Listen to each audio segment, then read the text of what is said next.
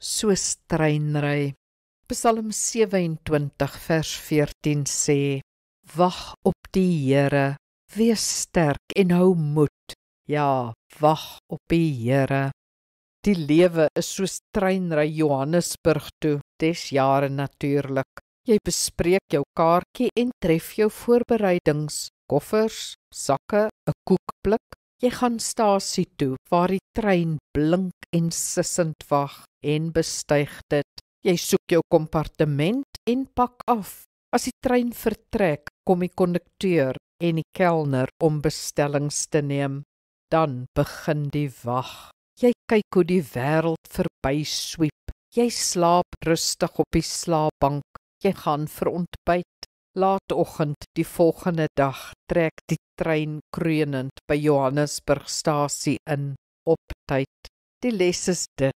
Jy kan voorberei en jy behoort dit te doen, maar as jy eers op die trein is dit buite jou beheer. Al wat jy kan doen is wag. Wag en weet die trein sal aankom. Met jou ook.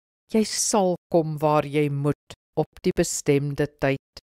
Wag net. Kom ons bid saam. Koning Jesus, U is in beheer.